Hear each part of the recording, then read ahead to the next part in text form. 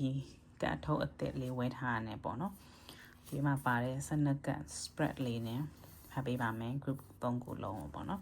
အရှိရ group 3လုံးလေးကိုတေချာလေးအာရုံပြပြီးသားပြီဆိုမှဒီနောက်ကဗီဒီယိုလေးတစ်ခုချင်းစီကြည့်လို့ရပါတယ်ရှင်အဲ့တော့ဒီကတ်လေးနဲ့ဒီဒါတော့ကတ်လေးနဲ့ပဲကြည့်ပေးမယ်ဒီတစ်ခါတော့angel message ကတ်လေးနဲ့မထည့်တော့ဘူးပေါ့နော်ဘာလို့ဆို12ကတ်ဆိုရင်12ကတ်ကိုဒီတည်းအသေးစိတ်ပြောပြပါအောင်ဆိုတော့အခါကျတော့ဒီကတ်လေးနဲ့ပဲအသစ်ဝယ်ထားတဲ့ဒီကတ်လေးနဲ့ပဲကြည့်ပေးပါမယ်လို့အဲ့တော့ဒီတစ်ခါပဲပေးမယ်အကြောင်းအရာလေးကကြတော့ခုန12ကတ်ပေါ့နော်ပါတဲ့အကြောင်းအရာလေးတွေကဘာဖြစ်မလဲဆိုတော့ကိုယ့်ရဲ့ဒီပုံစံအမှန်ကိုယ့်ရဲ့ potential တွေကိုမှရှိတဲ့ခက်ခဲတွေဒါတော့ဘလို့ကြော်လှဖို့လိုမလဲကိုမှကိုယ့်ရဲ့အရေးချင်းတွေကိုဘလို့ပေါ်ထုတ်ဖို့လိုမလဲပြီးသွားရင်သူများနဲ့ဆက်ဆံတဲ့အခါမှာကိုကဘလို့ပုံစံမျိုးနဲ့ဆက်ဆံတဲ့လဲဒါမျိုးပေါ့အဓိကကိုယ့်အကြောင်းကိုပို့ပြီးသိလာရအောင်လို့ဖတ်ပေးရဲ့သဘောလေးပါပဲပေါ့နော်အဲ့တော့အာရုံလေးတခြားပြုတ်ပြီးတော့ဒီ3ကတ်ထဲကနေရွေးပေးပါရွေးပြီးသွားပြီဆိုလို့ရှိရင်တော့ group number 1အတွက်စပတ်ပါပြီ group number 1အားလုံးမင်္ဂလာပါရှင်အဲ့တော့ loss 12ကတ်အရင်ချပေးပြီးတော့မှာတကယ်ချင်းစီရဲ့ message လေးတွေကိုတေချာလေးပြပြပေးပါမယ်နော်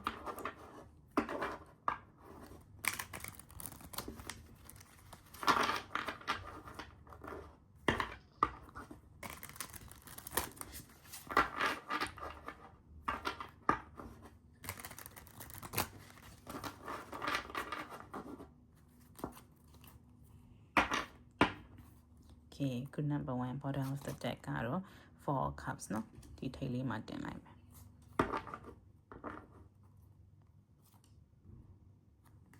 ဒါ 7 of pentacle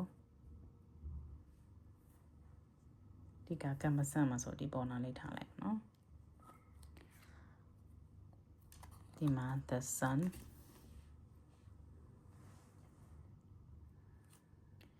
the moon my light group number 1 sun or moon okay 2 of cups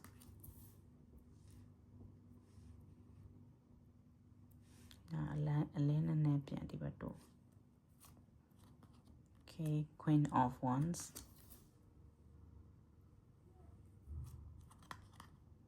seven of swords page of pentacle or page of coins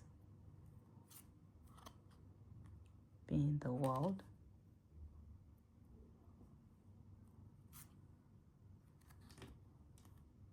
the devil okay the magician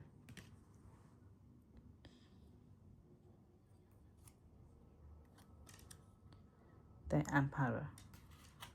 ကမဆန်တော့လို့ဒီအောက်နာလေးပဲချလိုက်မယ်နော်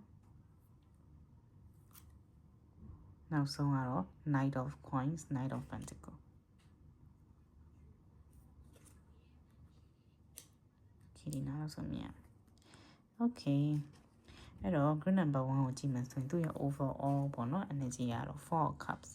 group number 1ကပြောမှဆိုစိတ်ပိုင်လုံးမယ်စိတ်မပိုင်မလုပ်ဘူးဆိုတဲ့အနေထားပေါ့နော်လို့ personality type မျိုးရှိရဲ့ပုံစံမျိုးဒီမှာဆိုရင်ကိုလိုချင်တဲ့အရာဆိုရင်တေချာဆွဲနဲ့ပဲနဲ့စူးစမ်းတတ်ပြင်မဲ့လို့ကိုကဟင်းငနဲ့ဆိုရင်လှည့်မကြည့်တဲ့လူမျိုး type မျိုးပုံစံမျိုးတွေ့ရတယ် group number 1ကအဲ့တော့ပထမဆုံးအနေနဲ့ group number 1ကသူတို့ဘယ်လိုမျိုး define လုပ်လဲပေါ့နော်ကိုဘယ်လိုမြင်လဲဆိုတဲ့အနေထားမှာ 7 of pentacle တခုခုဆိုရင်ကိုကအရန်စူးစမ်းရတယ်တေချာအချိန်ပေးပြီးတော့သူများတွေကချက်ချင်းလက်ငင်းရပြင်မဲ့လို့ group number 1ကကြတော့ချက်ချင်းမရဘဲနဲ့အချိန်တေချာပေးတေချာ invest လုပ်အချိန်နေပေးတာမို့လက်ချို့ရငွေကြီးကုန်ကြခံပြီးမှရလာတတ်တယ်လို့ကိုခံယူထားတဲ့ပုံစံမျိုးတွေ့ရတယ်နောက်တစ်ခုကကြတော့ဒီ issue တွေပေါ့နော်ဒီအရင်တုန်းကကိုယ့်ရဲ့ past မှာရှိတဲ့relationship issue ဒါမှမဟုတ်လဲကိုယ့်ရဲ့ဒီ energy issue တွေကအခုလက်ရှိအနေထားကိုဘယ်လိုမျိုးတက်ရောက်စေလဲဆိုတော့ sun energy မျိုးတွေ့ရတယ်ခါကြလို့ရှိရင် group number 1ကဥမာဆိုရင်ကိုယ့်ရဲ့ဒီ active ဖြစ်တဲ့ပုံစံမျိုးအဲ့လိုပျော်ရွှင်တဲ့ပုံစံမျိုး bright side ပုံစံမျိုးပဲကိုကချပြချင်တာမျိုးပြောဆိုအရင် relationship တွေကခံစားခဲ့ရ trauma တွေကြောင့်ပဲဖြစ်ဖြစ်စိတ်ခံစားချက်ကြောင့်ပဲဖြစ်ဖြစ်ကိုကကောင်းတာလေးပဲချပြချင်တယ်ကောင်းတာလေးတွေကိုကိုကပဲချပြမှာပဲလူတွေကကို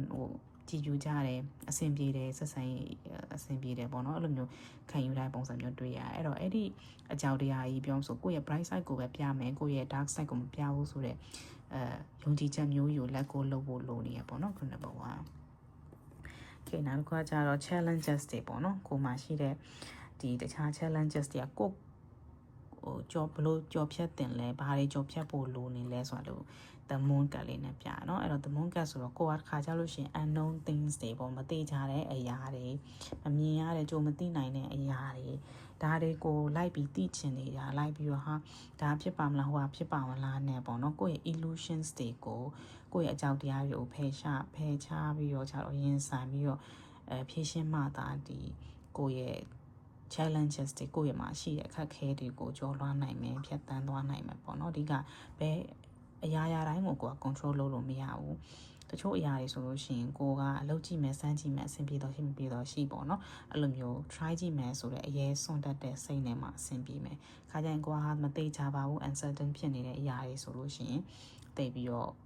မယုံကြည်တာမျိုးကြောက်တာမျိုးပြီးခါကြလို့ရှိရင်ကိုယ့်ရဲ့စိတ်ကူးထဲမှာပဲစိတ်ကူးအိမ်မက်ထဲမှာပဲပုံဖော်နေပြီးတော့တကယ်တမ်းကျတော့ illusions တွေပေါ့နော်တကယ်တမ်းကျတော့လက်တွေ့မှာဖြစ်မလာတာခေါင်းထဲပေါ်မလာတာအဲ့ဒါမျိုး challenges တွေကိုကိုကရင်ဆိုင်ပြီးတော့ကြော်ဖြတ်ဖို့လိုနေတယ် number 1ကဟိုကကြောင့်တော့ကိုက balance လုပ်ဖို့เนาะဘာလို့အဲ့ဒါဆို two of cups လေးတွေ့တယ် two of cups ဆိုချို့ရဲ့ relationship ပုံစံမျိုး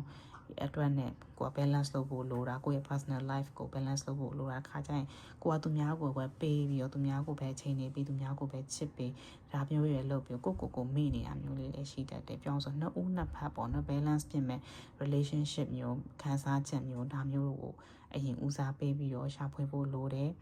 သူများကိုလည်း Q side လို့ကိုလည်း Q side ပေါ့နော်ပြီးရင်ကိုပဲ self center လည်းလုပ်လို့မရဘူးသူများကိုလည်းတစ်ဖက်ကိုလည်းကြည့်ပေးရတယ်မျှတာတွေးပေးရတယ်ဒီကခန်းစားချက်ပိုင်းမှာဆိုရင်ပို့ဆိုးတယ်ပေါ့နော် balance ဖြစ်နေမှာအဆင်ပြေတယ်ဆိုတဲ့အနေအထားလေးတွေ့ရလိမ့်မယ် number 1ပြီး what can you let go ပေါ့နော်ဘာ let go လုပ်ဖို့လို့ဘလို့အကြောက်တရားတွေ let go လုပ်ဖို့ဆို queen of wands เนาะကိုကခါကြလို့ရှင်အရန်အဆင်ပြေခြင်းနဲ့ကြောကြားခြင်းနဲ့အောင်မြင်ခြင်းနဲ့ဆက်ကြရမှာပေါ့နော်ချို့ဆိုလို့ရှင်လည်းလူမှုရေးမှာချို့ရလည်းစီးပွားရေးမှာတယောက်တော့တူမှာမဟုတ်ပေါ့နော်အဲ့တော့အဲ့လိုမျိုးကိုကအရန်အဆင်ပြေပြီးအောင်မြင်ခြင်းနဲ့အရန်ကြောကြားခြင်းနဲ့ဆိုတဲ့စိတ်ကကိုပြန်ပြီးတော့ခါရလို့ရှင်အရန်hard on yourself ဖြစ်တတ်တယ်ပေါ့နော်အရန်ကိုတွန်းအားပေးနေတာ push ပေးနေတာဖြစ်လို့မဖြစ်ဘူးမရလို့မရဘူးဆိုတဲ့ဒီ passion စိတ်ကြောင့်ခါကြရင်ပင်ပန်းတတ်တယ်လိုတာထပ်ပို့ပြီးတော့ကိုကပင်ပန်းခံရတာ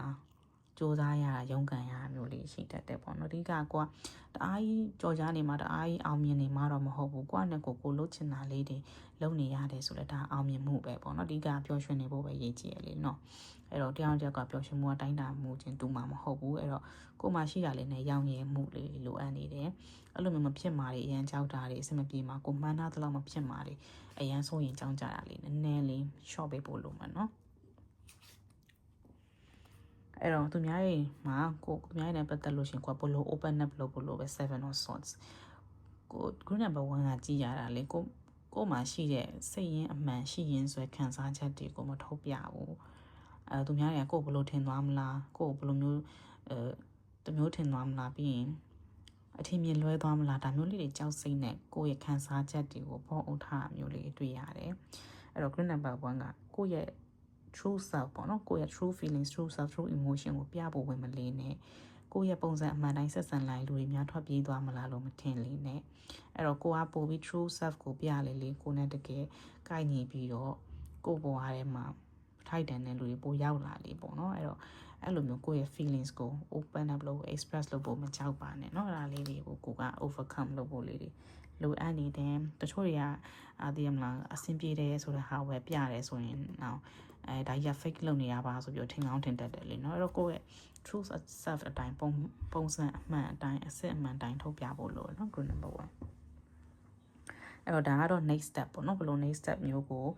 ဆက်လျှောက်ဖို့လိုလဲ what next step must you take on your journey အဲ့တော့ page of pentacle เนาะကိုကသုံးသပ်ဖို့လိုတယ်ကိုမှသင်ယူစရာတွေအားနည်းချက်တွေအာသာချက်တွေဒါတွေကိုသိချာသိအောင်လုပ်ပြီးတော့အာသာချက်တွေဆိုလဲဖော်ထုတ်ပြီးတော့အသုံးချပြီးတော့လုပ်ဒီပိုင်းလုပ်တာလူမှုရေးမှာဆိုလဲပြောဆိုဆက်ဆံရေးပိုင်းတွေเนาะဒါမျိုးတွေ view ဆိုင်ပြီးလုပ်တာ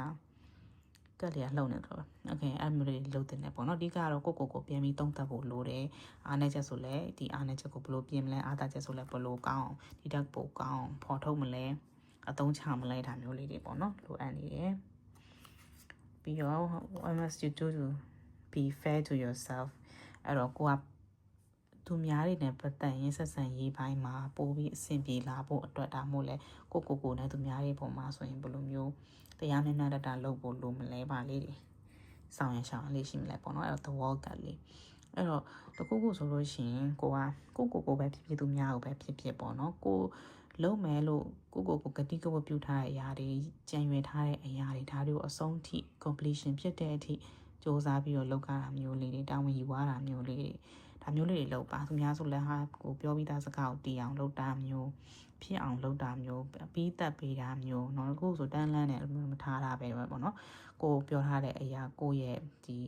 လုံးသမျှအရာတိုင်းကိုယ့်ရဲ့ action တိုင်းရဲ့ consequence ကိုတာဝန်ယူတတ်တဲ့စိတ်ကလေးနဲ့လုံးမယ်ဆိုရင်သူများရဲ့ပေါ်လဲတရားမျှတရှိပြီးတော့ကိုများရလဲကိုပို့ပြီးတော့ချစ်ခင်ရိုးသေးလာမယ်ပေါ့နော်လိုပုံစံမျိုးလေးတွေ့ရပါလိမ့်မယ်အဲ့တော့ how are you releasing your creative self အဲ့တော့ကိုယ့်ရဲ့ဒီဖန်တီးနိုင်ရေးစွမ်းလုံးနိုင်ရေးစွမ်းကိုဘယ်လိုမျိုးဖော်ထုတ်ဖို့လုပ်လဲဆိုတော့ the devil ကလေးเนาะ group number 1ဆိုရင်မှုအကြောင်းကြောင့်မှုတော်တော်လေးကိုနည်းနည်းကြီးတယ်ပေါ့နော်တခုခုလုပ်ပြီဆိုလဲဟာမဖြစ်မှာဆိုတာဖြစ်မှာမလားငါလှုပ်လိုက်ရင်နည်းနည်းများလွဲသွားမလားမှားတဲ့အမှားတွေကလည်းကိုယ်ပြန်ပြီးသင်ပေးနိုင်တဲ့အတွက်ကြောင့်ပဲဘယ်လှုပ်လို့အမှားပါမှာမကြောက်နဲ့အဓိကအလုပ်ရဲတဲ့တက်တီစရဲတဲ့တက်တီကအဓိကလိုအပ်တယ်တခုဆိုလဲအဆိုးဆုံးကိုမျောလင့်ထားမျိုးတွေမလုပ်ဘဲနဲ့ကိုယုံကြည်မှုလေးလိုအပ်နေရနော်ကိုပို့ပြီးယုံကြည်ပြီးတော့လုပ်တဲ့အလုပ်တွေကပို့ပြီးတော့ creative ဖြစ်နေမယ်သူများတွေကပို့ပြီးတော့ကြိုက်တာမျိုးဟာဒီတယောက်လုပ်တာတော်လိုက်တာဆိုပြီးတော့ချီးကျူးခံရမျိုးလေးရှိမယ်တော့အဓိကကိုယုံကြည်မှုထားပါနော် group number 1 okay အဲ့တော့ what is your heart desire စိတ်ထဲမှာတကယ်လိုလားတောင်းတနဲ့ဖြစ်ချင်တဲ့အရာဆန္ဒတွေကဘာဖြစ်လို့ the magician group number 1တော်ကိုတော့အိမ်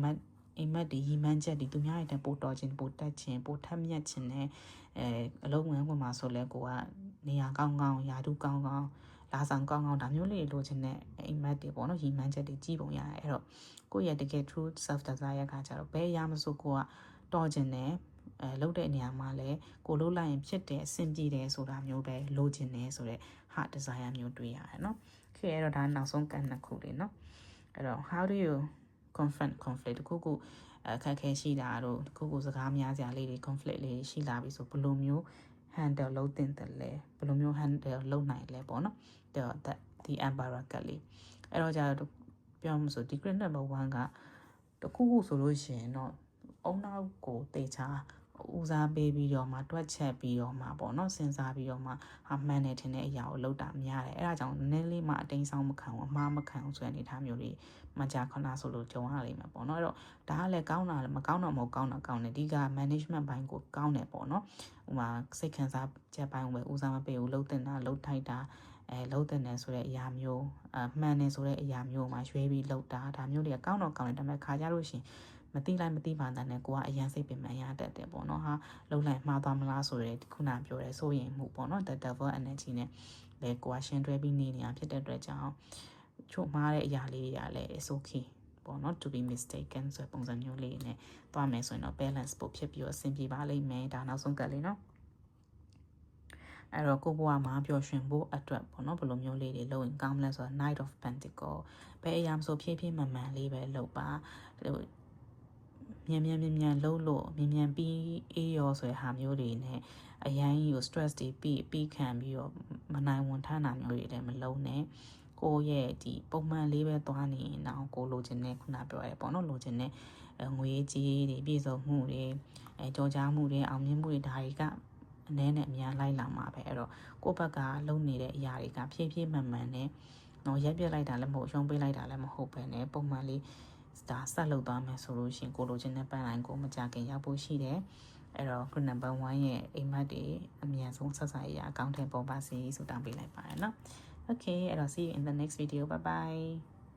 hello group number 2တော့လဲပေါ့နော်ကိုအကြောင်းကိုတည်လာရအောင်ဗာလေးတွေဆောင်းရှောင်းလေးရှိမလဲကိုရဲ့အရေးချင်းတွေကိုရဲ့အားနည်းချက်တွေဗာလေးရှိမလဲဆိုလေးကြည့်ပြမယ်နော်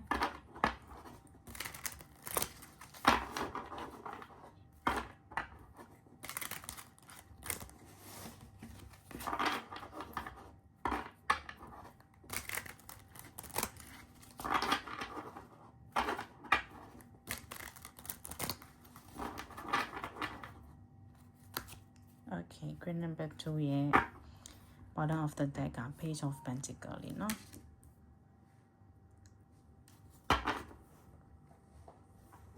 okay ဒါက four of wands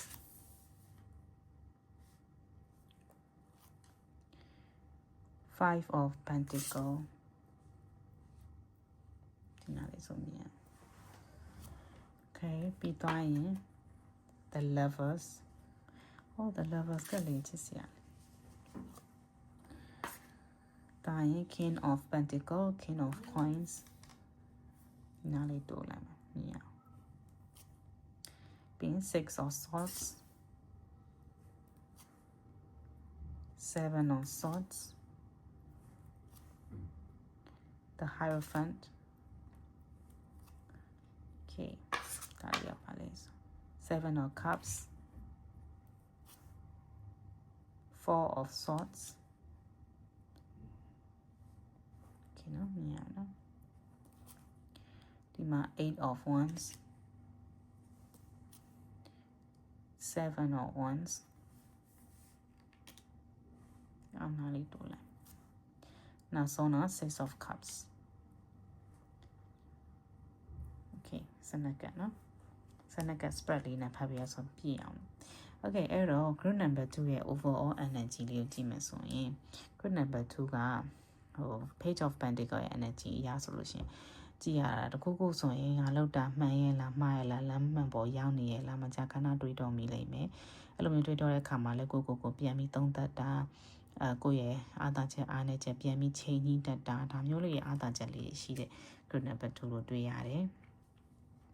Okay ပထမဆုံးအနေနဲ့ group number 2ကကိုဘယ်လို define လုပ်လဲဘယ်လိုမြင်လဲပေါ့နော်။ 401ပုံစံမျိုးလေးတွေ့တယ်။အဲ့တော့ group number 2ကပြောမှဆိုတေချာမှလုပ်မယ်။တေချာပြီးဆိုမှကို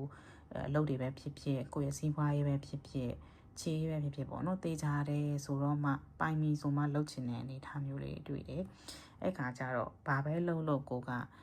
stability ကိုဦးစားပေးတဲ့ပုံစံမျိုးလေးတွေ့တယ်။ stable ရှိဖို့ဘဝမှာခြေချဖို့ထိုင်ချဖို့ဒါကိုဦးစားပေးပြီးတော့လုပ်နေရမျိုးလေးတွေစွမ်းဆောင်တာမျိုးလေးများသောအားဖြင့်ကြုံတွေ့ရနိုင်တယ်ပေါ့နော် group number 2ကကိုလည်းသိရမလားကိုကလုံနိုင်တယ်ဖြစ်နိုင်လုံရင်ဖြစ်တယ်ဖြစ်အောင်လုပ်မယ်ထူထောင်မယ်ဆိုတဲ့ energy မျိုးလေးတွေ့တယ်ဒါကကိုရဲ့ကိုပြန်ပြီး define လုပ်တဲ့ energy ပေါ့နော်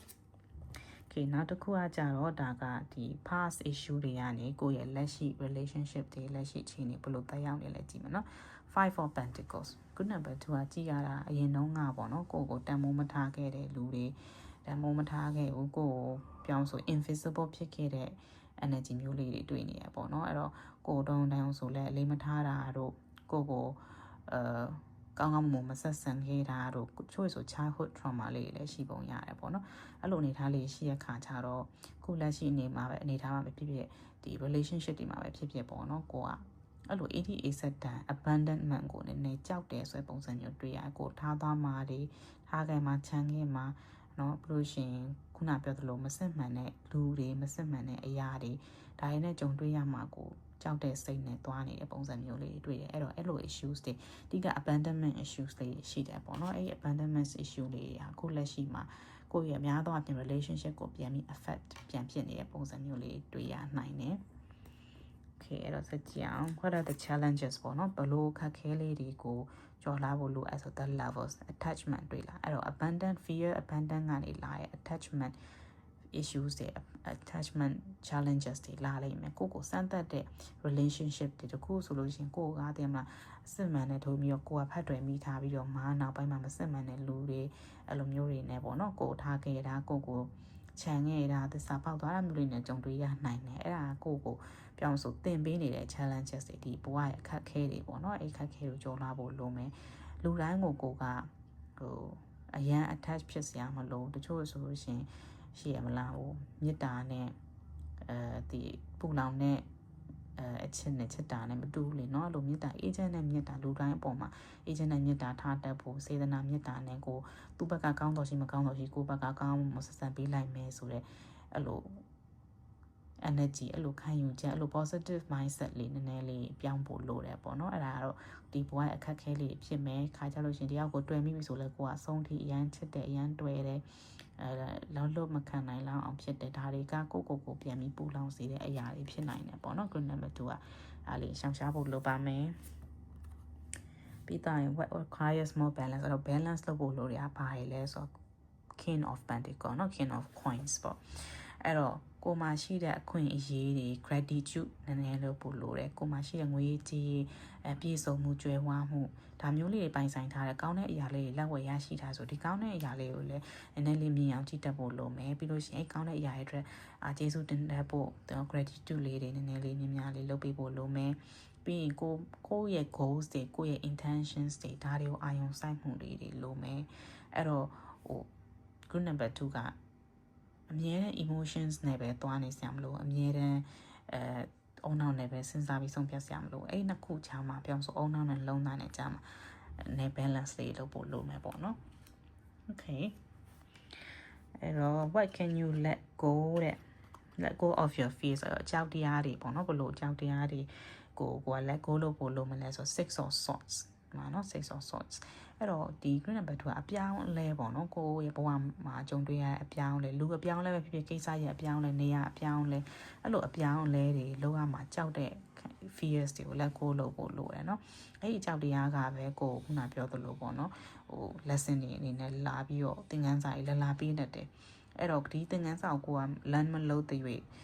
ပြောင်းဆို master မဖြစ်တဲ့၍ပေါ့နော်ဒါကိုသေချာသုံးမချတဲ့တဲ့၍ကခဏနာကျင်ရအဓိကရအမျိုးရှိနိုင်တဲ့အတွက်ကြောင့်ဒီ fears လေးလက်ကိုလုပ်လိုက်မယ်ဆိုရင်ပိုပြီးအဆင်ပြေသွားမယ်နော် group number 2ကအဲ့တော့ကိုကပြောင်းလဲတွေကိုလည်း embrace လုပ်ကြမယ် changes တွေကို embrace လုပ်ကြမယ်ပြီးလို့ရှိရင်အဲ့အပြောင်းလဲကြမှာလဲဟာငါကတော့ဒီလိုမျိုးပြောင်းလဲသွားတဲ့အနေထားမှာဘယ်လိုမျိုးတိုးတက်သွားပြီလဲစိတ်ပိုင်းဆိုင်ရာပိုပြီးရှင်းချက်လာပြီလားဒါမှမဟုတ်လဲတစ်ခုခုအမြတ်တစ်ခုခုရသွားပြီလားကိုယ့်အတွက်ဘာကြံခဲ့လဲဒါမျိုးပေါ့နော်အဲ့လို lessons လေးတွေကိုရှာယူပြီးတော့ကြတော့ကိုကအဲ့ဒီ lesson တွေကို learn လုပ်မယ်ဆိုရင်အဲ့လိုအကြောက်တရားတွေလည်းဖြည်းဖြည်းနဲ့ညော့သွားလိမ့်မယ်ပေါ့နော်အဲ့လိုပြောင်းလဲသွားတဲ့အရာတွေထွက်သွားတဲ့အရာတွေကိုကအဲ့လိုခွဲခွာရတာသူများခွဲခွာသွားတာအဲ့အကြောင်းတရားတွေပေါ့နော်ဒါတွေကိုတိုက်ကိုလို့ပို့လို့မယ်ဒါကြောင့်သူများတွေကိုဘလို့ open up လုပ်ဖို့ဘလို့ open up လုပ်နေလဲဘလို့မျိုးဆောင်ရန်ရှောင်ရန်လေးရှိမလဲပေါ့နော် seven of swords seven of swords အဲ့တော့ကိုကတခါကြလို့ရှင်လူနဲ့ဆက်ဆံတဲ့အခါမှာမျက်နှာဖုံးဆိုပြီးဆက်ဆံနေမိလားကိုရဲ့ပေါ့နော်အရှိကိုရှိတိုင်းမပြောမဆိုဘဲနဲ့နေမိလားဒါမျိုးလေးနဲ့တုံးတက်ဖို့လို့မယ်ပြီးလို့ရှိရင်ကိုကအဲ့လိုမျိုးပြောမဆိုဖုံးဝယ်ထားတာတွေသူများတွေကိုပုံမှန်လင်းမဆက်ဆံတဲ့အရာတွေဒါမျိုးလေးတွေနည်းနည်းရှိနေတယ်ဆိုရင်သူများကကိုထင်မြင်လွဲမှားတာတွေအမြင်ဆောင်တာမျိုးလေးတွေရှိလာနိုင်တယ်ပြောဆို backfire ပြန်ဖြစ်နိုင်တယ်เนาะအဲ့တော့ group number 2ကကိုရဲ့အရှိတိုင်းပြောင်းဆိုကိုပုံစံအမှန်ကိုချပြဖို့ပေါ့နော် express လုပ်ဖို့ဝင်လေးလို့မဖြစ်ဘူးဒါ group number 1နဲ့ပုံစံချင်းဆင်တယ်เนาะဒီသူများကို open up တိတ်မလုပ်တတ်တဲ့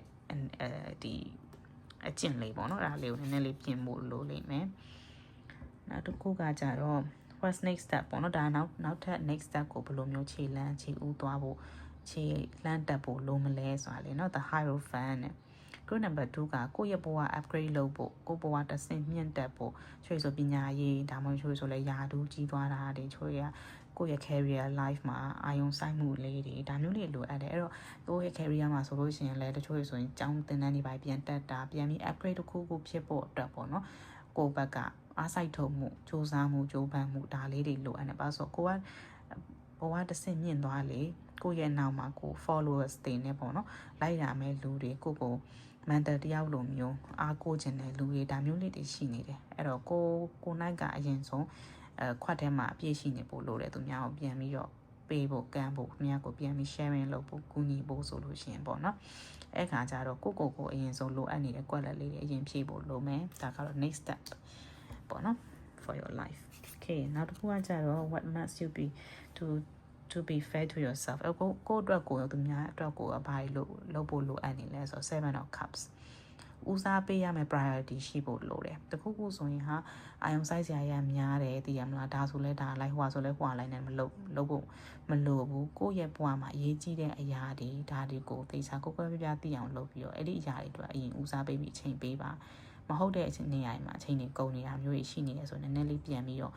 align လုပ်ဖို့လိုမယ်ပြန်ပြီးတော့ကိုလမ်းကြောင်းမှန်ပေါ်တဲ့မှန်ဖို့လိုမယ်သူများတွေနဲ့ဆက်ဆံတဲ့အခါမှာလည်းထိုနေလက်ခံမှာပေါ့နော်ကိုအတွက်ကောင်းတဲ့လူတွေရှိရမကောင်းတဲ့လူတွေရှိမယ်အဲ့ဒါကိုကိုကပြပြသိဖို့လိုမယ်ကိုနာလာတိုင်းကောင်းတဲ့လူကောင်းတဲ့ intention နဲ့ဒါမျိုးမျှော်နေလို့မရဘူးပေါ့နော် expectation တအားမြင့်နေလို့မဖြစ်ဘူးအဲ့တော့ကိုကအဓိကသိဖို့လိုမယ်အဓိကနဲ့တာမညာခွက်တက်ဖို့လိုမယ်နော်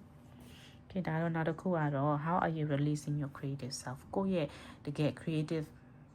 ပိုင်းဘယ်လိုပြောရမလဲကိုရဲ့ potential ကိုဘယ်လိုမျိုး unlock လုပ်ဖို့လိုမလဲပေါ့နော်ဘယ်လိုဖော်ထုတ်ဖို့လိုမလဲ four of swords okay နော်မှာ four of swords အဲ့တော့ကြတော့ဒီ group number 2ကလေကိုရဲ့ potential ကဘယ်လိုမျိုးနဲ့လူသိလာမလဲဆိုတော့ကြတော့ကိုရဲ့ learn လုပ်တာတဲ့ experience တွေကိုမှရှိတဲ့အခက်ခဲတွေ pain တွေပြီး failure တွေဒါတွေကနေတဆင့်ပြန်ပြီးတော့ကိုလည်းသင်ယူရတယ်လို့အဲ့သင်ယူထားတဲ့ကိုရဲ့ experience တွေကိုသူများတွေကို sharing လုပ်တာတွေပြန်ပြီးတော့ကူညီပေးတာထောက်ပံ့ပေးတာ supporting လုပ်ပေးတာအဲ့လိုမျိုးနည်းလမ်းနဲ့ကိုရဲ့ဒီ creative self ကိုဖော်ထုတ်လို့ရတယ်ဖော်ထုတ်ဖို့လည်းလိုနေပြောမှဆိုတချို့တွေကကြတော့လေ group number 2ကိုမြင်တဲ့အမြင်ကကြတော့အဲ့လိုမျိုးပေါ့နော်နည်းနည်းချို့တွေကစိတ်ခံစားမှုပြင်းထန်နေတို့ဒါမှမဟုတ်လို့ရှင်လဲစိတ်ပါမလုပ်တယ်ဘာဖြစ်လို့ဆိုတော့နည်းနည်း lazy ဖြစ်တယ်တို့အဲ့လိုအနံ့ကြီးမျိုးလေးရတတ်တယ်အဲ့တော့ကိုယ့်ရဲ့ဒီကကိုယ်မှကြုံတွေ့ရတဲ့အရာတွေ experience တွေကိုအလကားမထားပါနဲ့လို့သူများကိုပြန်ပြီးကောင်းတဲ့လမ်းညွှန်မှုတွေဒါမျိုးလေးတွေပြန်လုပ်ပေးဖို့စူးစမ်းကြည့်ပါအဲ့ဆိုကိုယ်မှရှိတဲ့ creativity potential တွေ unlock လုပ်သလိုဖြစ်နေလိမ့်မယ်ပေါ့နော် okay ဒါကနောက်တစ်ခုကြည့်မယ်ဆိုရင် what is your heart desire เนาะအဲ့တော့ကိုယ်စိတ်ထဲမှာတကယ်တမ်းလူလားတောင်းတနေတဲ့အရာရပါရလဲဆိုတော့8 of wands group number 2တခုဆိုလို့ရှင်ဖြစ်ချင်တဲ့အရန်မြန်ဆန်ဖြစ်ချင်တဲ့ movement ရှိနေမှာကြိုက်တယ်တခုကြန့်ကြာနေတဲ့စမပြေးနေဘူးဆိုမနေတတ်တော့ဘူးအဲ့လိုပုံစံမျိုးတွေ့အဓိကဟာလုံးမယ်ဆိုရလို့ forward အရှိကိုပဲတက်မယ်ဆိုတဲ့ energy မျိုးတွေတွေ့နေရတာပေါ့နော်အဲ့တော့အရန်စိတ်လောတာလေးနည်းနည်း short ဖို့လိုမယ်အဲ့လိုစိတ်တအားလောတဲ့ခါကြလို့ရှင်ကိုကအလုပ်တဲ့ဟာကြီးနည်းနည်းအမှားတွေပါတတ်တယ်လုပ်တဲ့ဟာတွေကပြီးတော့မှနောင်တလေးရတတ်တယ်နာကျင်ရအဓိကရတာမျိုးလေးကြုံရတတ်တယ်เนาะဒါမျိုးလေးတွေကကိုယ့်ရဲ့ heart desire ဖြစ်နေပေမဲ့လို့ကိုကနည်းနည်းလေးဆောင်ရန်လေးပေါ့เนาะတတိထားဖို့လေးလိုမယ်အမြဲတမ်းအဆင်ပြေနေဖို့အမြဲတမ်းရှေ့ကိုပဲအမြဲတမ်းတက်နေဖို့အရင်အာရုံစိုက်စရာမလိုဘူးတချို့အချိန်မှာဆိုရင် balance ပြန်လုပ်တင်တာပြန်ပြီးသုံးသပ်တင်တဲ့အချိန်မှာပြန်သုံးသပ်ဖို့လိုမယ်เนาะကိုယ့်ရဲ့ဒီလက်ရှိလမ်းကြောင်းပေါ်မှာရှိနေတဲ့အရာတွေကိုပေါ့ okay ဒါကတော့နောက်ဆုံးရရှိရကပ်ပေါ့နော်ဒါ how do you confront conflict တဲ့အဲ့တော့အခက်ခဲလေးရှိလာပြီဆိုရင်ဘယ်လိုကြော်လွှားလဲသဘောထားမတိုက်ဆိုင်တာတွေစိတ်သဘောထားမတိုက်ဆိုင်တဲ့ဒီ conflict တွေရှိလာပြီဆိုဘယ်လိုမျိုးလုပ်လဲပေါ့နော်အဲ့တော့7 of wands တဲ့အဲ့တော့အရန်ကို competitive ဖြစ်တယ်အရန်ကိုပြိုင်ဆိုင်လို့စိတ်ကြီးမားတယ်တကူဆိုသူများထက်တာမှာသူများထက်အဆင်ပြေမှာအဲ့ဒါမျိုးလေးတွေရှိတတ်တယ်ပေါ့နော်အဲ့ခါကျတော့ကိုကပြဿနာတစ်ခုကိုရင်ဆိုင်ပြီးဖြေရှင်းပြီးဆိုလို့ရှိရင်အနေနဲ့အမြန်တော့ကြော်လွှားတော့မှာပဲဒါပေမဲ့စိတ်ကအရန်ကိုလုံမယ်ချမယ်လုံမယ်ဟေ့ဆိုတော့ပုံစံမျိုးနဲ့သွားနေတဲ့အတွက်ကြောင့်မလို့လားအတက်နဲ့ကြီးအရန်သုံးရတာမျိုးလေးတစ်ခါတခြားကြုံတွေ့ရနိုင်တယ်เนาะ group number 2အဲ့ခါကျတော့အဲ့ဒါလေးနည်းနည်းလေး balance လုပ်ဖို့လိုမယ်ဒါပေမဲ့ကောင်းတာတော့ကောင်းတယ်နောက်တစ်ခုကကျတော့ဘာကောင်းလဲဆိုတော့ကျတော့ဒီကိုမှရှိတဲ့ဘလို့အခက်ခဲပဲရှိကြီးတဲအခက်ခဲဆိုရင်တော့ရအောင်ဖြတ်ကျော်မယ်ဆိုရဲရဲနဲ့စိတ်တက်ရှိတာကြတော့စိတ်တက်မာတယ်လို့ပြောလို့ရတယ်ပေါ့နော် group number 2 okay ဒါကတော့နောက်ဆုံးကတ်လေးပါဒါကတော့ how can you let more joy enter your life အဲ့တော့ဘယ်လိုမျိုးပျော်ရွှင်အောင်ဘဝမှာနေထိုင်ဖို့လိုမလဲဆို six of cups so nice နော်အဲ့တော့ soul connection တွေပြီးလို့ရှင်ကိုယ်နားမှာရှိတဲ့စစ်မှန်တဲ့ connection တွေဒါတွေကိုမြင်တတ်ဖို့ကြည့်တတ်ဖို့နော်ပြီးလို့ရှင်ကိုလည်း cue site သူများကိုလည်း cue site ရင်းနဲ့မှအဓိက emotion ပေါ့နော်ကိုယ့်ရဲ့ emotion ခံစားချက်ကိုတော်တော်လေး cue site ပြီးတော့ healing လုပ်ဖို့လိုတယ် nurture လုပ်ဖို့လိုတယ်ပေါ့နော် group number 2ကနောက်တစ်ခုကကြတော့လေချို့တွေကဒီ childhood ပေါ့နော်ကိုယ့်ရဲ့ငယ်ဘဝမှာရှိခဲ့တဲ့အရာတွေကောင်းတာရှိဆိုတာရှိဒါမျိုးလေးတွေကို embrace လုပ်တတ်ဖို့မကောင်းတာဆိုလဲ order lesson လေးပါလား line ဖြစ်သွားပါလားဆိုတဲ့ဟာမျိုးလေးနဲ့ move on လုပ်တတ်ဖို့ပေါ့နော်ဖြတ်ကျော်တတ်ဖို့လိုမယ်အဓိကကတော့ soul connection နဲ့ပတ်သက်တဲ့အရာတွေ relationship ပဲဖြစ်ဖြစ်ကိစ္စရပ်တွေပဲဖြစ်ဖြစ်ငယ်ဘဝရဲ့အိမ်မက်တွေအကောင့်တွေဖို့ပဲဖြစ်ဖြစ်ဒါတွေအကုန်လုံးကိုကားနေပြီးတော့ပြောမှဆိုရင်ကောင်းတဲ့ positive thinking positive mindset နဲ့မြင်အောင်ကြည့်တတ်ဖို့ နော်အဲ့ဒါမျိုးလေးကို embrace ပို့လုပ်တယ်မယ်ဆိုကိုဘဝမှာပို့ပြီးပျော်ရွှင်လာလိမ့်မယ်နော် group number 2 okay ဘာရ group number 2တိတက်ပို့ပြီးပျော်ရွှင်ရပါစေစတိုင်းအဆင်ပြေပါစေနော် see you in the next video bye bye hello ဒါကတော့ group number 3အတွက်ပေါ့နော် group number 3အတွက်လည်းမာလေးတွေကိုယ့်ရဲ့အကြောင်းကိုပို့ပြီးသိအောင်လုပ်ဖို့လို့လဲဆောင်းရရှောင်းလေးပါလေးရှိတယ်ကြည့်ပြမယ်နော်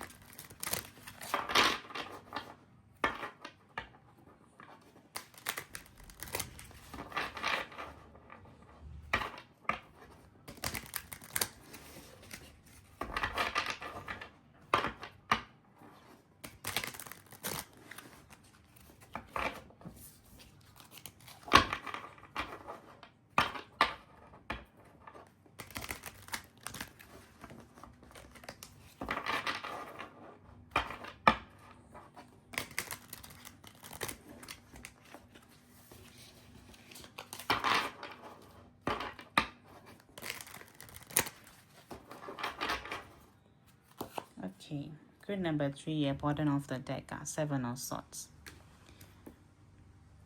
Okay, 7 of swords, take not bad. Okay, be dying, Queen of Pentacle, Queen of Coins. Judgment. Being 7 of Wands.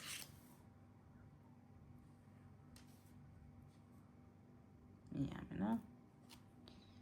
Okay, the Magician.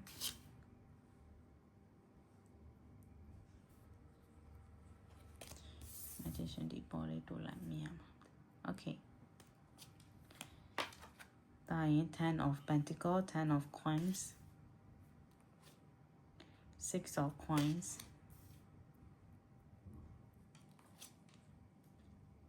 9 of Cups. Yeah, 10 of Swords.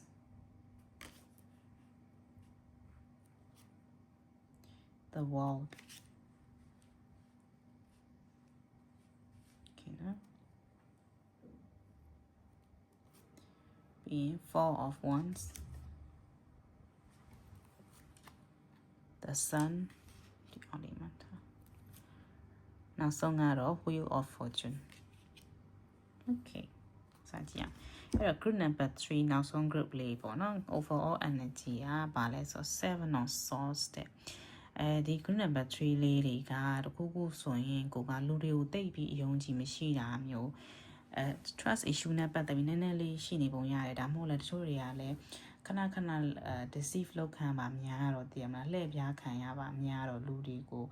At the she Tinuga, go dress in Mayela, Masemayela, Lumiana Pona, Luina, Kana Joma, Miaro, Jaro, and then no genie piece of energy mute. We are not number 3. Okay, but mouse on a coco in some below the final legia. Queen of Coins, Damola, Queen of Pentacle, Bono, Angelina Jolie Bones and Edward, no? Okay, error, follow me upon the mean and letter, group number 3, Coco, Digaga, ကန်ကောင်းတဲ့လူပြီးလို့ရှိရင်ကိုမှရှိတဲ့အခွင့်အရေးတွေကိုမှရှိတဲ့ကောင်းတဲ့အရာတွေဒါမျိုးတွေကိုတော်တော်လေးကိုသိတဲ့ပုံစံမျိုးမှာတွေ့ရတယ်เนาะ group number 3ကတချို့ရေဆိုလို့ရှိရင်လဲငါကတခုခုဆိုလို့ရှိရင်ရအောင်လုပ်မယ်အခွင့်အရေးဆိုလဲသူများနီးတူတန်းတူနေထိုင်နိုင်အောင်စူးစမ်းမယ်ဆိုတဲ့ energy မျိုးလေးတွေ့ရတယ်ပေါ့เนาะပြီးတော့ကိုလည်းကောင်းတဲ့အမြင်မျိုးခဏ positive mindset positive thinking နေနဲ့ခဏတွေးမိတာပြောကို affirmation နေနဲ့ပေါ့နော်ဒီကလှုပ်ဆောင်မိတာဒါမျိုးလေးတွေ့ရတယ်အခါကျတော့ခွင့်ရင်းနဲ့ပတ်သက်လို့ရှိရင်ကောင်းတဲ့ခွင့်ရပိုင်ဆိုင်ထားတယ်လက်ဝဲပိုင်ဆိုင်ထားတယ်ဆိုတာလဲကိုသိတဲ့ပုံစံမျိုးလေးတွေ့ရပါတယ်เนาะ group number 3 Okay အဲ့တော့ what issues ပေါ့နော်ဒီလို past မှာရှိတဲ့အတိတ်မှာကြုံတွေ့ခဲ့ရတဲ့ issues တွေဘယ်လိုမျိုးတက်ရောက်နေလဲကြည့်မယ်เนาะ judgment တဲ့အဲ့တော့အရင်တော့ဆိုလို့ရှိရင်ကိုယ့်ရဲ့ဘဝမှာမထင်မှတ်တဲ့အရာတွေsurprises တွေဒါမျိုးတွေခဏကြုံတွေ့ခဲ့ရပုံရတယ်အဲ့လို past မှာရှိတဲ့အဲ့လို issues တွေကပဲကိုလက်ရှိဒီ relationship တွေမှာပဲဖြစ်လက်ရှိဘဝမှာပဲဖြစ်ပေါ့နော်ကိုကတခုခုဆိုရင်ဟာဖြစ်လာမယ်ကံတရားတိုင်းပဲ fate ကိုတအားယုံကြည်ထားတဲ့အနေအထားမျိုးလေးတွေ့တယ်အဲ့ခါကျတော့ဖြစ်လာတဲ့အကြောင်းကောင်းမဲဆိုတဲ့ဟာမျိုးပေါ့နော်အဲ့ဒါကိုလက်သုံးစကားလိုမျိုးပေါ့နော်ဒီကယုံကြည်ထားတယ်ပြီးလို့ရှိရင်လုပ်တဲ့အရာတွေကိုယ့်ရဲ့ဒီလက်ရှိ relationship တွေမှာပဲဖြစ်တငယ်ချင်းမချင်းပဲဖြစ် ဒီချစ်သူပေါ့နော်ဟိုအိမ်တော်ရေးမှာပဲဖြစ်ဖြစ်မထင်တယ်လို့ကိုယ့်ရဲ့ဆုံးဖြတ်ချက်တွေကတအားကိုတဆိုးထိုးလောက်တတ်တာမျိုးလေးတွေ့ရလိမ့်မယ်မကြခဏပေါ့နော်ဒါမျိုးလေးနည်းနည်းလေးတတိထားဖို့လိုမယ်တစ်ဖက်လူကအဲ့ဒါကိုနားလေခတ်လိုက်တာဆိုပြီးတော့ပေါ့နော်တွေးရမျိုးလေးတွေမကြခဏကြုံရနိုင်တယ်အခုကြည့်မှဆိုရင် challenges တွေပေါ့နော်ဒီလက်ရှိမှာ challenges ဘလို့ခက်ခဲမျိုးကိုရင်ဆိုင်ကြုံလာဖို့လုံးလို့ဆို7 of wands အဲ့တော့ကိုသူများတွေကတော့ဟိုလို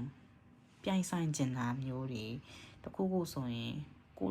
တို့ကသူများထက်သာသွားမှာတွေသူတို့ထက်အဆင်ပြေသွားမှာတွေမနာလိုတာမျိုးလေးတွေရှိတတ်တဲ့အတွက်ကြောင့်တခုခုဆိုကိုတိုက်ခိုက်မယ်ပြောမယ်ဆိုတာကြီးပဲအဲ့လိုမျိုးပုံဝင်ခြင်းမျိုးနဲ့ခဏကြုံတွေ့ရနိုင်တယ်ပေါ့နော်အဲ့လိုကြုံတွေ့ရတဲ့အခါမှာလဲကိုက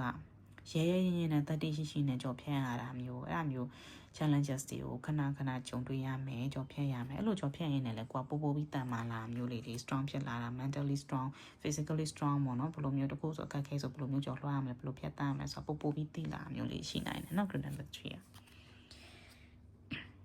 Okay နောက်တစ်ခုကကျ requires more balance အဲ့တော့ balance လုပ်ဖို့ပေါ့မှာပါလို့ the magician เนาะကိုက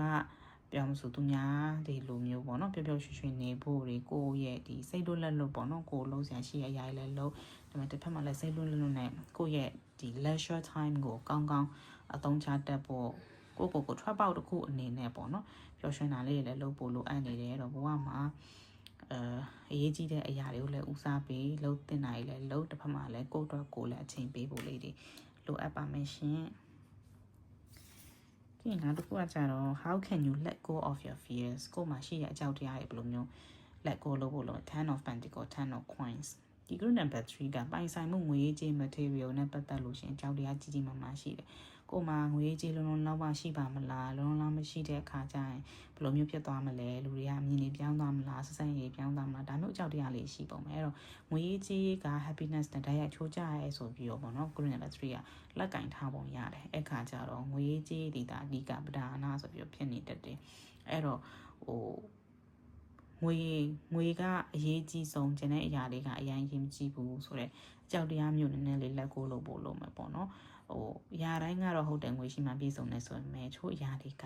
ငွေတဲ့အရေးကြီးတဲ့အရာတွေ connection တွေနော်မိသားစုတွေဒါမျိုးလေးတွေလည်းရှိပါသေးတယ်ပေါ့နော်နောက်တစ်ခုကလည်းမိသားစုနဲ့ပတ်သက်ပြီးတော့ကိုယ့်ရဲ့တိုးတိမ်ထူထောင်မှုတွေနော်ဒါမျိုးလေးနဲ့ပတ်သက်ပြီးတော့ကြောက်နေတာစိုးရိမ်နေတာစိုးကြောင်နေတာကိုမှန်းတယ်လို့ဖြစ်မလာများစိုးကျင်နေရမျိုးလေးတွေရှိတတ်တယ်ပေါ့နော်အဲ့တော့အဲ့ဒီ fears တွေကိုလက်ကိုလုပ်ဖို့လိုအပ်ပါတယ် group number 3လေးပြီးရင် how can you open up to others နော်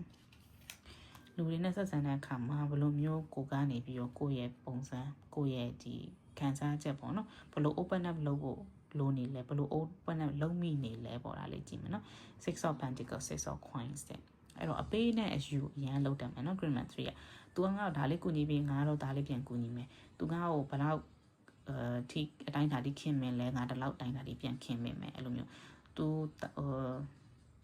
ချင်မကိုချင်ဆိုတဲ့ဟာမျိုးပေါ့နော်လို့ energy မျိုးနဲ့သွားနေတာ open up လုပ်မိနေတာမျိုးလေးရှိတတ်တယ်အဲ့တော့တချို့တွေကမြင်မာတာပဲဖြစ်တတ်တယ်အဲ့တော့အဲ့ဒါလေးကိုကနည်းနည်းလေးတော့ balance လုပ်ဖို့လိုမယ်ပြောဆိုရိုင်းကြီးပေါ့နော်ဒါအယူ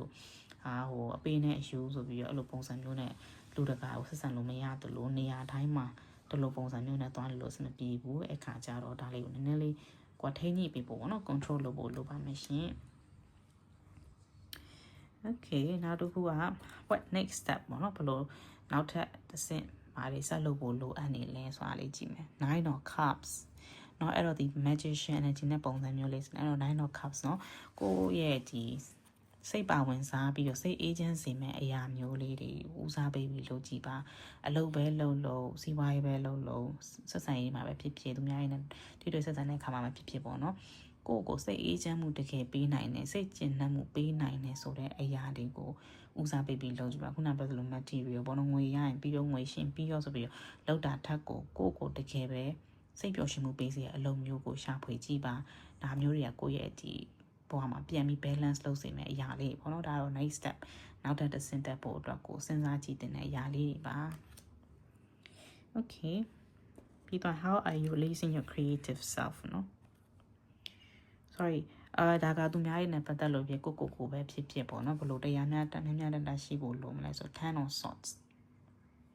အဲ့တော့အရင်တော့က group number 3ကကိုသစ္စာပေါက်တဲ့လူတွေနဲ့ကြုံတွေ့ခဲ့ရတာကိုနောက်ကျော်တာနဲ့ထုတ်ခံခဲ့ရမျိုးရှိတယ်ဆိုရင် ကိုလည်းနည်းနည်းလေးတနာညာတာတော့အပြင်ဒီတန်းရတွေကို carry စမလုပ်ပဲနဲ့ဟိုခွင့်လွန်စရာရှိရခွင့်လွန်ဒီကသူများခွင့်လွတ်တယ်ဆိုလဲဒါကကိုခွင့်လွတ်ခြင်းတမျိုးပါဆိုသူများခွင့်လွတ်နိုင်ကိုစိတ်ထဲမှာပေါ့သွားပဲလေနော်အဲ့တော့လို့ခွင့်လွတ်စရာရှိတဲ့အရာတွေခွင့်လွတ်လက်ကိုလို့စရာရှိတဲ့အရာတွေလက်ကိုလို့ move on တင်တဲ့အရာတွေ move on လုပ်ပါအခါကျရင်ကိုလည်းဟို fair ဖြစ်ရကြတယ်သူများတွေအတွက်လည်းပို့ပြီးအဆင်ပြေမယ်ကိုယ့်ရဲ့ဘေးနာ surrounding နဲ့ပတ်သက်မှဆိုရင်ကိုကဒီစိတ်တန်ရာကြီးနဲ့တခြားလူသစ်တွေပါဆက်ဆံမိနေလို့ရှင်လေဒါကသူများကပါတန်ရာလက်ဆင့်ကမ်းတယ်လို့ဖြစ်နေတတ်တယ်ပေါ့နော်အဲ့ဒါလေးနည်းနည်းလေးကို balance ပြန်လုပ်ဖို့လိုမယ်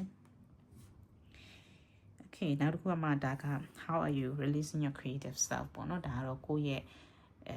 စွမ်းအင်ကိုယ့်ရဲ့ potential ကိုယ့်ရဲ့အရေးချင်းတွေကိုဘယ်လိုမျိုးဖော်ထုတ်ဖို့လို့ဆိုတော့ wow တဲ့နော်အဲ့တော့ကိုယ့်ရဲ့ဒီအိမ်မက်တွေ goals တွေကိုလို့ဆရာရှိရဲ့အရာပြီးမြောက်ခြင်းပြီးမြောက်ဖြစ်ခြင်းတဲ့အရာတွေနဲ့ပတ်သက်ပြီးတော့ကိုယ့်ရဲ့အရေးချင်းတွေကိုထုတ်ဖော်ပြသဖို့လိုအပ်တယ်ထုတ်ဖော်တဲ့နေရာမှာလဲကိုကတကယ်လုံနိုင်တယ်ဆိုတဲ့ဟာကို proof လုပ်ဖို့ပေါ့နော် evidence တစ်ခုအနေနဲ့ပြသနိုင်ဖို့အတွက် project တွေဆိုလဲ complete ပြီးရဲ့အထိပေါ့နော်ကိုကတေချာစူးစမ်းပြီးတော့ result ထွက်တဲ့အထိစိတ်ရှည်လက်ရှိနဲ့လုပ်တာဒါမျိုးတွေကကိုယ့်ရဲ့ creative self ကိုပို့ပြီးတွန်းအားပေးရရောက်တယ်အဲ့တော့အဲ့ဒီလူတွေကလည်းကိုယ့်ရဲ့ creative ဖြစ်တဲ့အပိုင်းကိုယ့်ရဲ့ potential တွေကိုပါပို့ပြီးတော့မြင်တွေ့လာရမယ်ပေါ့နော်အဲ့တော့မပြီးပြတ်သေးတဲ့အရာတွေတိုးတက်ဖြစ်နေတဲ့အရာတွေရှိလို့ရှိရင်ဆက်လုပ်ပါအဆုံးထိပြီးအောင်လုပ်ပါ result ထွက်လာမှလူတွေကပို့ပြီးတော့ဟာဒါတော့ဟုတ်ပါလားတော့တော်ပါလားဆိုပြီးဖြစ်လာမှာနော်Okay အဲ့တော့ဒါက what is your heart desire တကယ်စိတ်ထဲမှာလိုလားတောင်းတနေတဲ့အရာပါလေဆို group number 3 4 once เนาะအဲ့တော့ကိုယ့်ဘဝမှာအရင်ဆုံးကိုကအချိန်ကြာခြင်းနဲ့အထိုင်ကြာခြင်းတချို့ဆိုလဲအိမ်နေပါပိုင်းခြင်းနဲ့တချို့ဆိုလဲကိုယ့်ရဲ့မိသားစုလေးနဲ့ကိုယ်ပိုင်မိသားစုနဲ့ထူထောင်ခြင်းနဲ့เนาะအဓိကကနေရဒီတကြအခြေတကြနဲ့ကိုယ့်ရဲ့ဘဝမှာ stable ဖြစ်ဖို့လျံလိုလားနေတောင်းတနေရဆိုတာမျိုး group number 3ကတွေ့ရတယ်เนาะအဲ့တော့ကြတော့ဟိုတခုရှိတာက group number 3ကဒီ3 group လုံးမှာတော်တော်လေး strong ဖြစ်တဲ့ mentality ကိုပိုင်ဆိုင်ထားတယ်အဲ့တော့ကိုယ့်ရဲ့လုံဆရာရှိတဲ့အရာတွေကိုလည်းလုံရင်စူးစမ်းရင်းနဲ့တစ်ဖက်မှာကလည်းကိုယ့်ရဲ့တန်ရာတွေကို healing လုပ်ဖို့ပေါ့နော်ကုသဖို့လိုအပ်နေပါတယ်နောက်တစ်ခုကကြတော့ဒါက how do you confront conflict เนาะအဲ့တော့ခက်ခဲတွေရှိလာပြီးเนาะစိတ်မတိုက်ဘောဓာမတိုက်ဆိုင်တာဘယ်လိုမျိုးဖြစ်ရှင်လဲဆိုတော့ sun နဲ့เนาะအဲ့တော့ချို့ခါကြလို့ရှိရင်ကိုယ့်ရဲ့ဆုံးဖြတ်ချက်တွေကိုကသူများကိုစိတ်ဆိုးတဲ့ခါပြောလိုက်တာတွေကခလေးဆန်တဲ့ပြုမှုတွေပဲဖြစ်နေတတ်တယ်အဲ့တော့နည်းသတိထားပေါ့နော်အဲ့ခါကြလို့ရှိရင်လည်းချောနဲ့တင်မလား take it serious မလုပ်တာမျိုးဟာပြီးတော့okay ပါတယ်စင်ပြေပါတယ်ဆိုပြီးဟန်ဆောင်ပြီးတော့လုပ်လိုက်တာဆိုတော့လည်းမကောင်းဘူးပေါ့နော်အဲ့တော့ conflict တွေဖြစ်လာပြီဆိုလို့ရှိရင်အဓိကဟိုတည်ငြိမ်စွာနဲ့စဉ်းစားပြီးသုံးသပ်ပြီးတော့ဖြည့်ရှင်းဖို့ဂိုင်းတွဲဖြည့်ရှင်းတတ်ဖို့လိုအပ်မယ်အဲ့ဒါလေးကိုနည်းနည်းလေးကိုကပြန်ပြီး balance လုပ်တတ်ဖို့လိုမှာပေါ့နော်အဲ့တော့ဒီလိုသစမ်း energy ကကောင်းတော့ကောင်းပြီပဲခါကြလို့ရှိရင်စိတ်ကို heart ကိုပေါ့ပါထားပြီးတော့တင်မလားဟာအဲ့လိုမျိုးတအားကြီး serious မယူဘဲနဲ့လှုပ်လိုက်တာဆိုပေမဲ့တခါကြလို့ရှိရင်အဲ့ဒီအရာတွေကပဲကိုပြန်ပြီး backfire ပြန်ဖြစ်စေတော့နည်းနည်းလေးသတိထားပေါ့နော် number 3 okay ဒါကနောက်ဆုံးကတ်လေးပါအဲ့တော့ကိုယ့်ရဲ့ဘဝမှာပျော်ရွှင်အောင်ပေါ့နော်ပျော်ရွှင်စရာကိစ္စတွေကိုဘယ်လိုမျိုးကြိုးစိုးတင်လဲပျော်ရွှင်အောင်ဘယ်လိုမျိုးလုပ်တင်လဲဆိုတော့ Wheel of Fortune နဲ့ Wheel of Fortune เนาะအဲ့တော့တချို့ຢာတွေကသူ့ရဲ့အချိန်သူ့ရဲ့right time right person right moment ကြာမှာဖြစ်ပေါ်လာမျိုးရှိတတ်တယ်အဲ့တော့ဒါတွေကိုလက်ခံတတ်ဖို့လည်းလိုတယ်အရင် rush လုပ်လို့လည်းမရဘူးဖြစ်ချင်တယ်ဆိုတော့ဇောနယ်ပဲဇောကတ်နေလို့မရဘူးပေါ့နော်ခါကြချို့ຢာတွေအချိန်ယူတယ်အချိန်ပေးတယ်မှာအချိန်အခွင့်တာတော့မှအခွင့်ပေးတော့မှလောက်ရတဲ့အရာမျိုးရှိတယ်အဲ့တော့အဲ့ဒီ art of waiting ပေါ့နော် patience ကိုနည်းသင်ယူတတ်ဖို့လိုမယ်နောက်တစ်ခုကကြတော့လေဘာသာတရားတွေပါတယ်เนาะဒါမျိုးလေးနည်းနည်းလေးဦးစားပေးပြီးလုပ်ဖို့လိုမယ်ပေါ့ဆိုကောင်းတာလေးလုပ်ရင်ကိုယ်စီကိုကောင်းတာလေးပြင်ရောက်လာမယ်ဆိုတော့ဒီယုံကြည်မှုလေးလည်းထားပြီးတော့ကောင်းတဲ့အရာလေးတွေစိတ်လေးတွေမွေးဖို့เนาะသူများလို့ဆိုလေကျင်နာတက်ဖို့ကူညီတက်ဖို့ဆောင်ရှောက်တက်ဖို့ပေါ့နော်ဒါမျိုးလေးစူးစမ်းမယ်ဆိုရင်တော့ဆက်စားရပို့ပြီးစင်ပြေလာပါမယ်ရှင်ပို့ပြီးလည်းပျော်ရွှင်လာမှာပေါ့နော် Group number 3 okay ပါဆက်စားရစင်ပြေပါစေ see you in the next video bye bye